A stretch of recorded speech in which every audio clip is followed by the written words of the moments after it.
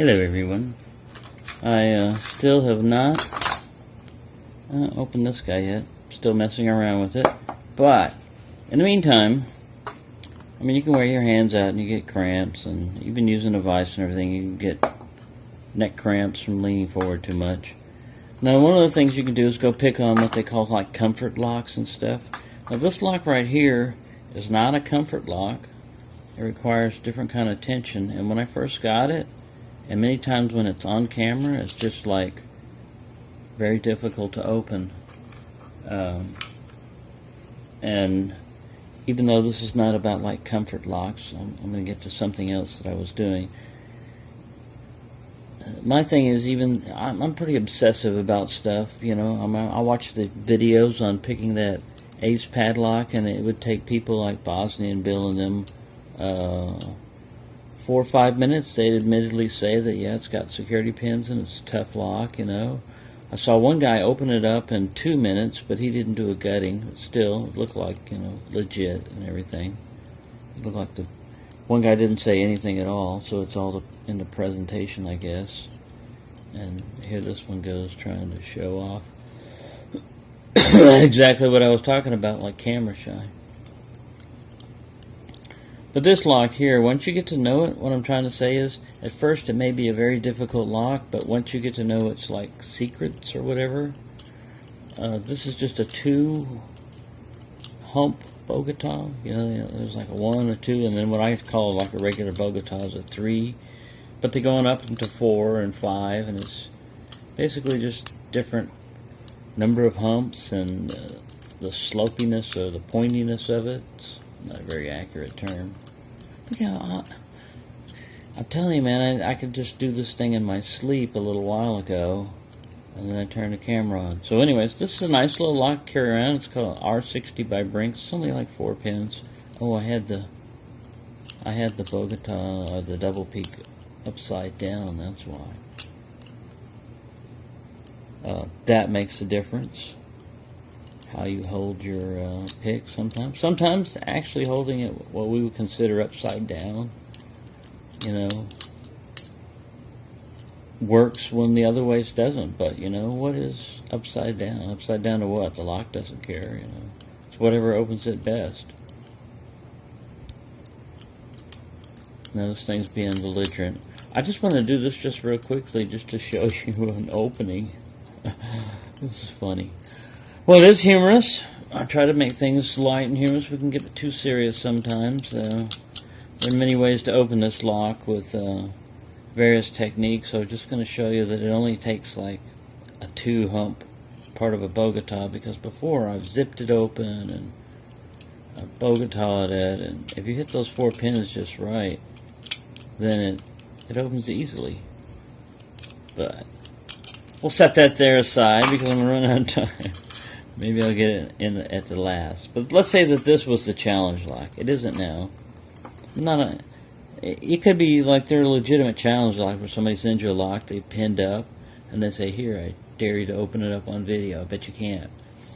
And you time it. You know, you got to sit there, and you can't cut it out and edit it. You basically just have to run through however long it takes for you to open it if you open it. I would have run out of memory on this thing, and it's just a standard one. Nobody's pinned it up special other than the Chinese and Ace hardware and everything. But one of the things I did is you can take your mind off that by doing other things. And I didn't make a new pick, I modified a pick. So I added 2 popsicle sticks to either side of this and some heat shrink, because in my marathon picking of this lock, even with heat shrink rat ones, if you start working with some of these bare picks, it can start cutting into your hand. It's like a dull edge of a knife blade. So this is flatter, even though it's bigger. You can have these like bench type of tools. So that's one thing I did. You know, it's not a whole lot. And then this is the El Cheapo way of doing things. I look at these curtain pins, and I thought of 2 things. One is like a tension tool, you know, out of it. I've measured that already. They're a bit on the thick side, but if you squeeze it down, it should fit, because This squeezes down to like 30 thousandths. I have my caliper over here.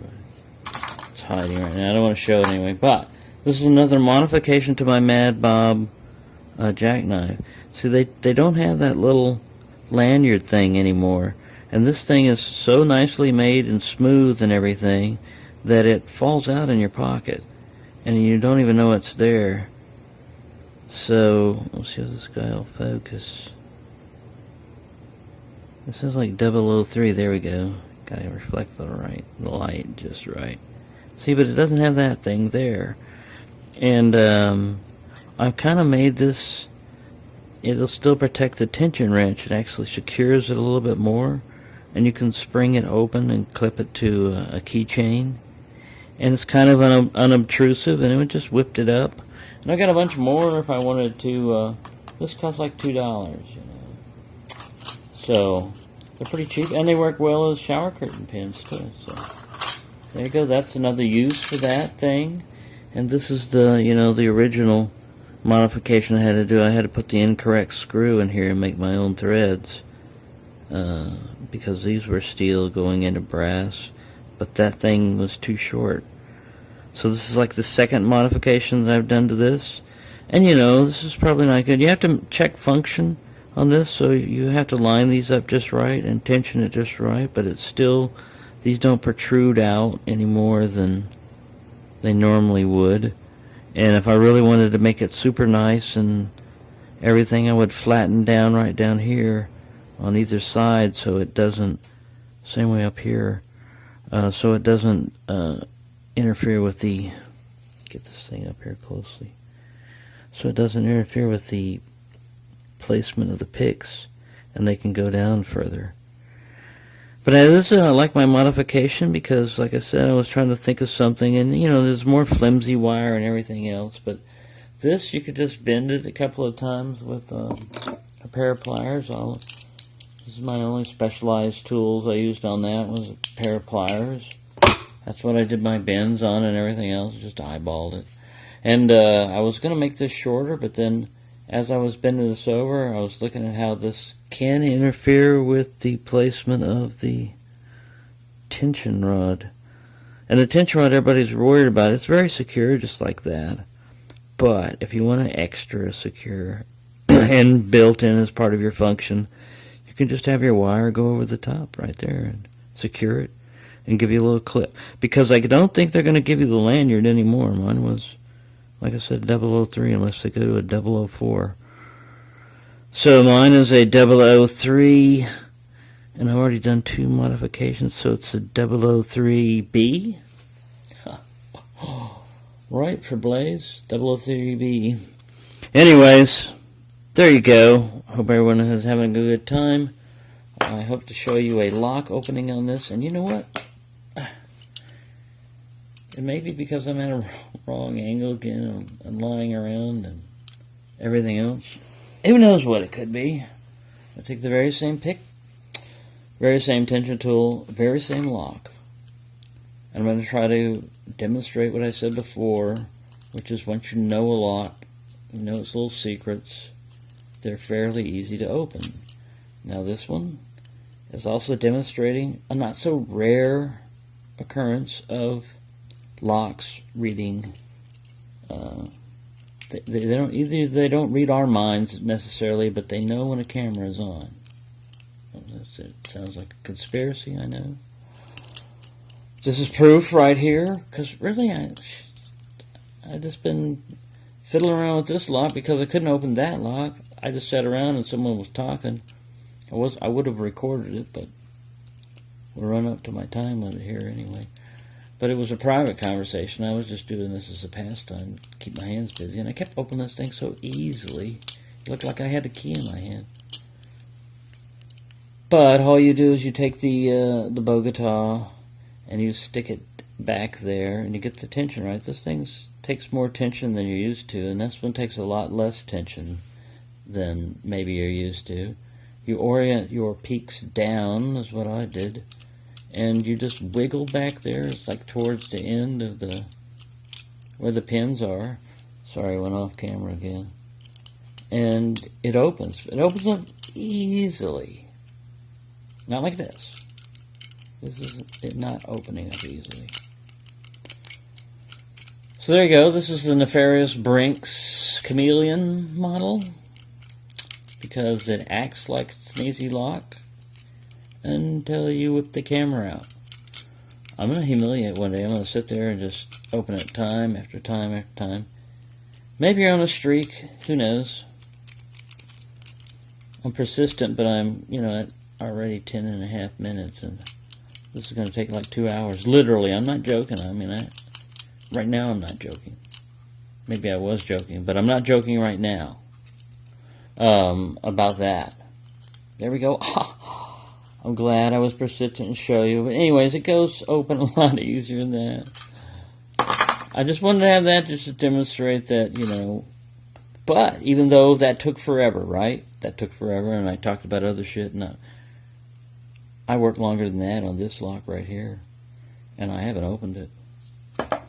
So, it's a challenge. This is my cat telling me that videotaping is over. Hope everyone's having a good time, and like I said, it doesn't cost you a lot of money to modify things, or a lot of super talent. I can't see because the cat's over here trying to attack my bottle of Coca-Cola. There you go, shine a little light. Oh, and one last thing, if you're a novice to this right here, is go to this website right here and join up if you'd like to learn about lock picking, and they have all different kinds of locks, and a lot of people are very good, very knowledgeable, and helpful. I'll try to put an intro, thing on it from now on, or try to do a little title making thing that shows Urals. But there's my El Cheapo Ural.